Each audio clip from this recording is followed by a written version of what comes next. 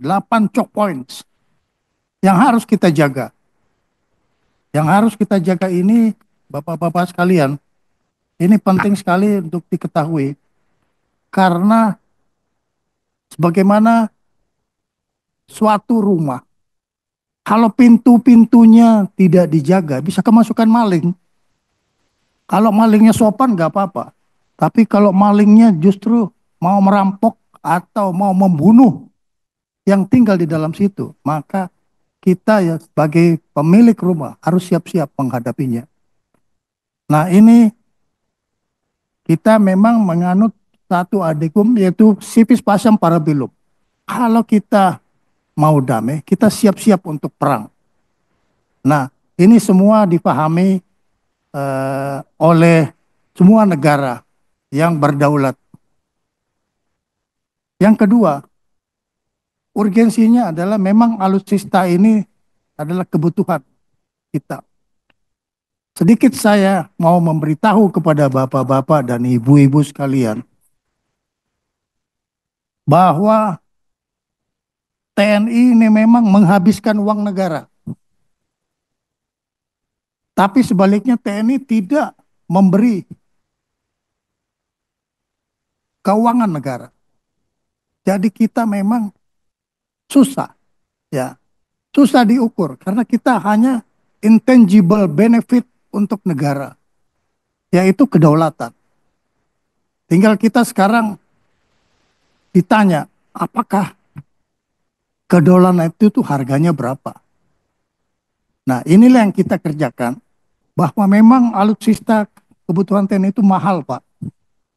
Mulai dari orangnya sampai peralatannya. Ini memang mahal. Tapi saya juga bingung, kenapa kok tidak banyak orang yang mau masuk Tentara Nasional Indonesia? Tuh, mungkin karena gajinya kecil. Ini juga mungkin juga menjadi perhatian kita bersama. Nah, kembali kepada alutsista ini, maka penerimaan hibah petrol boat ini yang dari Jepang, ini untuk mendukung pengamanan choke point kita, khususnya saya mendengar dari Kasal akan diproyeksikan di IKN,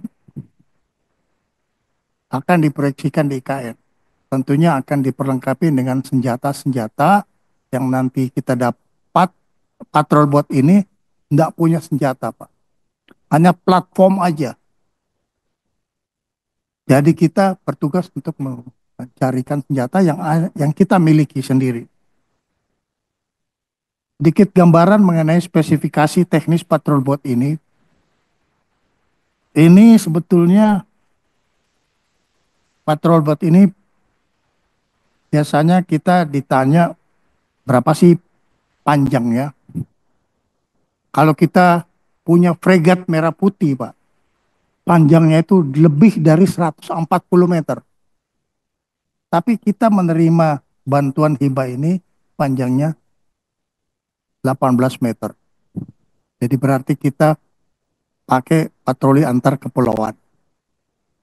Lebarnya ya hampir 5 meter, kecepatannya juga 40 knot, dan dia mempunyai mesin diesel, belum mesin listrik, Pak. Kemudian memang kapasitasnya ini 2 awak kapal dan 14 penumpang. Sebetulnya ini yang menjadi uh, spesifikasi yang kita dengan senang hati menerima hibah dari pemerintah Jepang. Dasar dari pemerintah Jepang untuk membantu kita ini adalah official security assistance yang berasal dari Jepang, yaitu hibah peralatan, bekal dan bantuan yang ditujukan kepada negara-negara sahabat. Jadi bukan hanya Indonesia. Pemerintah Jepang juga sudah memberi hibah kepada Filipina, kepada Malaysia, kepada Bangladesh dan Fiji pada tahun 2023. Tetapi material ini bukan bekas, Pak. Material ini baru. Material ini baru dan kapal Portos ini dibuat di Jepang sendiri. Jadi ini Jepang ingin menunjukkan produksi di dalam negerinya dan kita menghormati sebagai CBM, Confident Building Measure, sama-sama